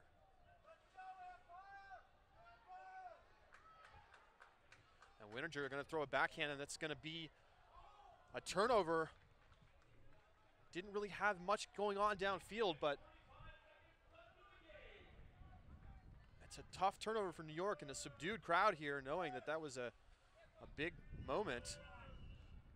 And a whistle on the field. Looks like it might have been a foul on the mark or a timeout. And it's going to be a timeout. I think that was called from the sideline. So Coach Scott Hasty wanted to talk it out and probably get some substitutions in there, as this could be the point that could potentially be what helps them win this game. Well, it's a trade-off, I think, because you know the New York Empire O-line defense has really been their weak point, but now they get a chance to put their stronger defensive unit out there. Now the flip side, I'm sure Toronto's thing is like we get to put our best offensive players in the field. You know, going upwind, if I'm New York, I might consider this timeout a blessing in disguise. They really need to hold the mark and not let Toronto destroy them with the backhands for yardage, especially the second and third continuation backhand. That's what's hurt them this game. When New York has forced Toronto to throw upwind flicks, they've oftentimes had multiple players in the area, and sometimes Toronto's made great plays to come down with it. Most of the time, they haven't. All tied up here in Brooklyn. And you see one of New York's strongest D-lines out there, of course. You have both Dross brothers, Sam Taylor on the mark, Matt Bode in the backfield. So Taylor and Bode really going to be responsible backfield. Good defense on the initial look. A little bit of a bump there for Matt Lamar, and now it's going to be called. And Tom Gibbons doesn't like it. Very animated on the sideline. Matt Lamar on the mark, not happy either, in the crowd upset with the call as they thought the contact was initiated by Cam Harris. Harris now steps around, throws the backhand back towards the middle of the field. Dross just a step behind. Now Mark Lloyd going to fire. He's got a man all alone. Matt Lamar gets beat by Harris to the end zone. And so Cam Harris, who's had a couple of drops and some turnovers in this game, makes a very nice deep cut there as Toronto takes their first lead since 1-0. Could this be the same story as yesterday where Toronto went down to DC and was able to come back in the fourth quarter? It might come down to the last point of the game, Charlie. I thought New York got a little bit unlucky there on that foul call, but Matt Lamar is kind of out of position on the original setting of the mark, which then gave Cam Harris more of an opportunity to initiate that contact and generate the call. Obviously, the New York sideline's upset with it, but it was also originally created by Lamar getting beat up line in the first place. Here's a pull from Toronto. Very big point here for the Empire. Time running down. They need to have an opportunity to give their defense a chance. And it's going to start here. Wow. Nearly blocked on the second pass of possession there from the Empire, but a nice grab. Saves the point. Wininger with it now. He'll throw around to Canetti. Stack a little too far away. You can see Stevens just too deep for anyone to get him the disc. Canetti to the outside for Katz. Katz steps around, throws a backhand. This is going to float a little bit, but Canetti gets there before the defender. And now Canetti going to throw a flick all the way to the outside and a beautiful grab just in front of the end zone. And now the Empire into the end zone. A great play by Taylor Brooks to make the catch, and he throws in to Matt Stevens for the score. All tied up here, 19s. New York using a little bit of that Toronto offense, getting it to the backhand side, able to control it a little bit more, and then finally find the downfield look. Great play by Taylor Brooks. And now both O-lines are going to have to convert going upwind. I think this situation favors New York a little bit because their D-line is very strong. Over the course of this game, I would say that the New York defense has been the stronger of the two, forcing the issue a little bit more. Toronto has done a nice job of taking advantage of New York mistakes, but hasn't generated as many blocks. So here we'll see what happens. Time winding down here in the fourth quarter, and it'll be a decent field position start for Toronto. Massa Kelly with it, goes to the outside. And now they're trapped here. Harris again tried to draw the foul, less successful this time. Kelly with a little backhand, bounces it out into the middle for McKnight. Toronto, patient so far. Armitage with it, finds Lloyd. Lloyd, flick to the end zone, has his man, and a great grab in the back of the end zone. And Toronto scores once again. Kelly with a nice rundown catch there. And it's now 20-19. And you see Mark Lloyd just able to throw throws that other guys on the field aren't able to throw. I think it helps that he's a little bit of a bigger body and he can get more force, but a lot of it's just his technique on his upwind flick. He's been able to put it into the end zone with touch for his receivers. Most guys can't even get it further than 20 yards today. And it's Ben Lloyd making most of the difficult throws for Toronto and showing why he's considered one of the best in the game. Especially here in the second half, he's played great, Charlie. So another high pressure point for the Empire offensive line. Santosis. They come out vertical this time. Here's Matt Stevens. Flips it ahead to Ouellette. Now they're trapped here. Ouellette gets it to Santosis on a nice strike cut. Santosis fakes the flick, doesn't put it up. Now he'll bounce it around to Wininger. Goes back across the grain, and now all the way around to Katz. Katz with a big fake, moves his mark. And then some contact there is going to be a foul call. So it should be 10 yards here for New York as Santosis got knocked to the ground, but it looks like we'll have an injury here.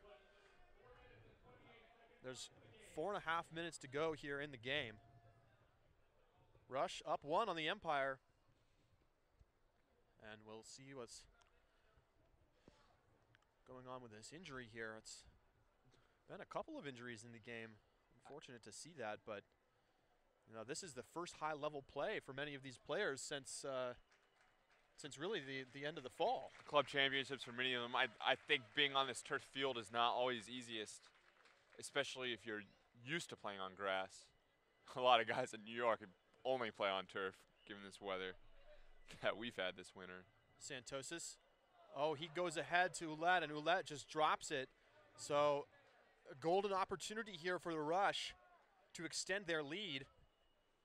And this is a very big point. Some nice switching downfield, and a low throw from Toronto gives it right back to the Empire.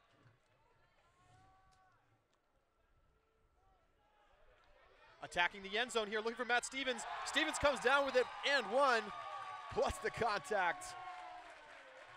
And a nice effort there from the Rush. It's Gord Harrison with the layout attempt, but Stevens comes up with it, and it's all tied up here, 20-20. Wind, I would say, has died down in the last minute or so, adding another wrinkle into this fascinating matchup, Charlie. Toronto with the advantage in the tie game that they're on offense. New York with the advantage that they might have the wind at their back. It's hard to say right now. Just fascinating stuff, really gripping here. You can see some of the North Carolina guys back out there. Poulos is going to pull. I see Bode as well. I think Lieberman in the middle. Both Dross brothers. Big pull from Stephen Poulos. Is it going to stay in bounds? It will not. It'll land on the pitcher's mound here in MCU Park. And we have just under 4 minutes to go here. This will get brought to the middle by McKnight. Taylor with the initial mark. Lieberman also back there. Downfield, I expect New York to continue to play spacey, a little bit backing defense, looking to switch, but trying to really make Toronto throw a lot. Initiated by Kelly underneath. It's a big bid, but Mark Lloyd able to hang on. Mark Lloyd now firing up the sideline to Lasso, who he thought about going up the field with the flick, but held onto it. Now he'll move it back towards the middle. Another ahead. bid. Big bid. A lot of contact, no call though. That's Yearwood. And Yearwood with the backhand out into the space. It's going to be, oh, it is popped up as Massac Kelly can't come down with it. Will they use a timeout or are they going to go for a shot? Disc comes across, and it's now into the hands of Ryan Drost. Drost with a flip ahead to Poulos in the center.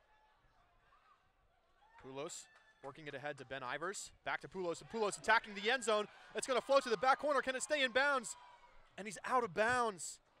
Mike Drost was all alone over in that space, and Poulos saw him, but a little too much on it, and it'll be Toronto's disc. A little bounce in the wind. This game is coming down to the smallest inches. I thought Drost would come down with that.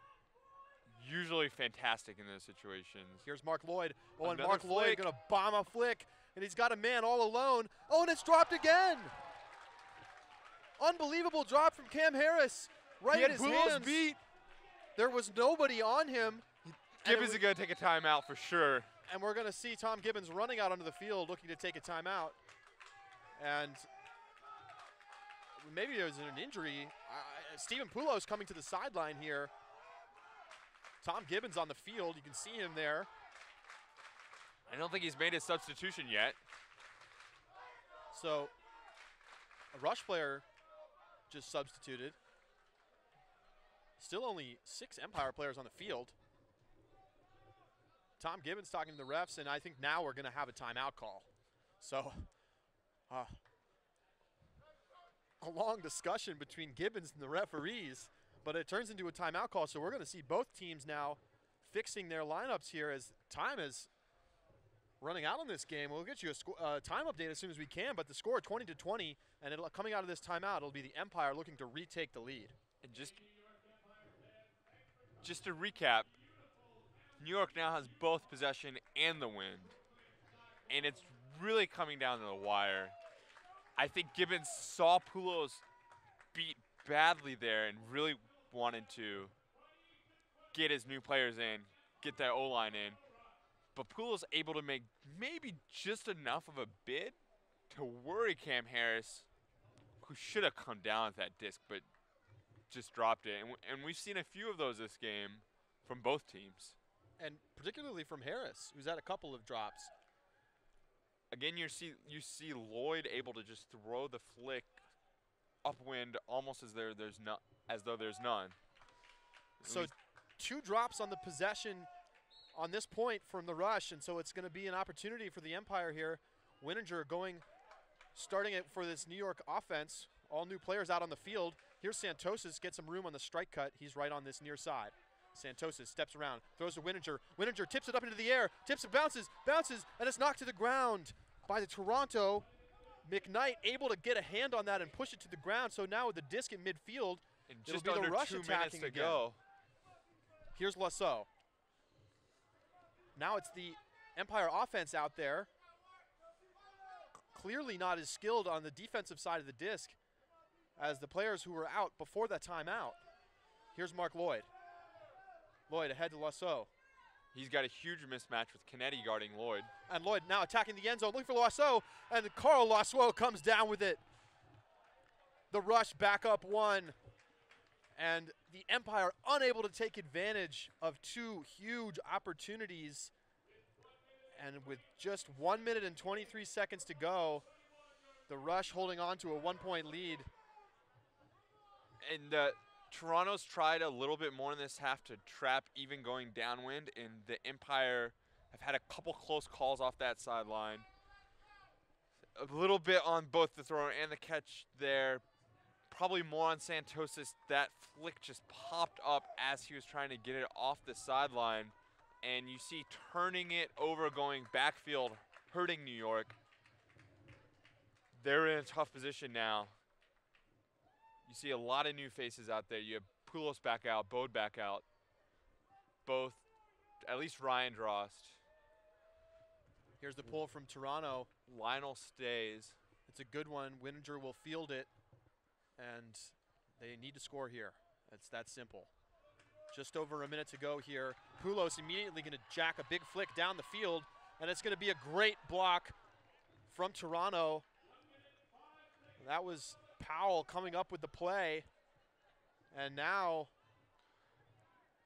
really, Toronto can run out the clock here.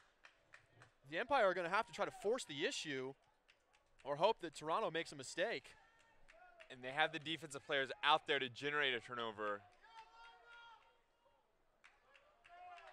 Bode with a big bid. A lot of contact on the throw, and there will be a whistle, so 10-yard penalty coming here against the Empire. Powell. And Bowden maybe trying to force the issue a little bit too much. 40 seconds to go. 40 seconds left. The Empire need a score. Rush holding. There's a high stall situation there. Now a hammer. A big shot from Lindquist, and he finds his man, Pinto, right on the sideline. And now Pinto going to fire across the field and into the hands of Armitage for the 2-point Toronto lead, and that is going to seal up this game. It would take a miracle now for the Empire to get back into it.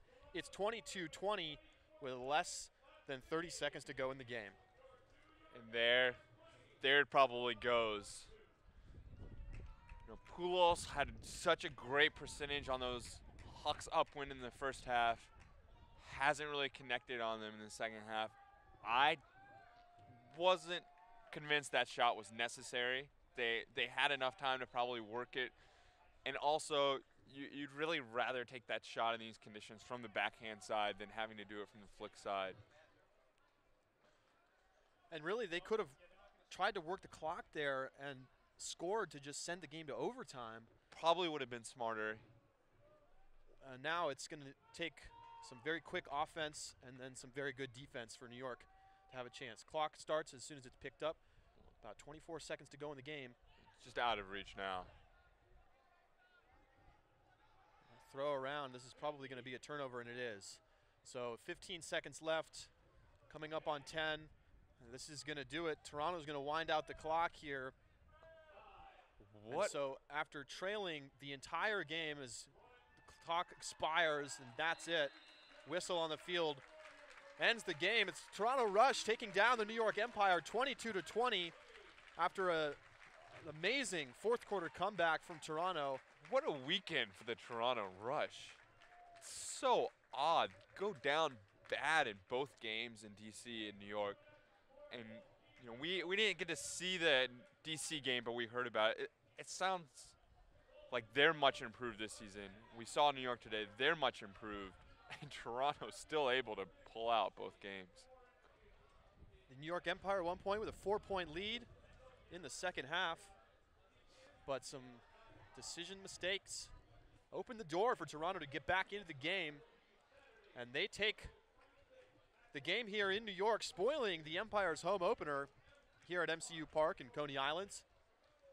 So the final score here from Brooklyn, Toronto 22, New York 20. Thanks so much for watching Ultiworld's coverage of the 2014 AUDL. For Sean Childers and all of us here at Ultiworld, I'm Charlie Eisenhood, and we'll see you next time.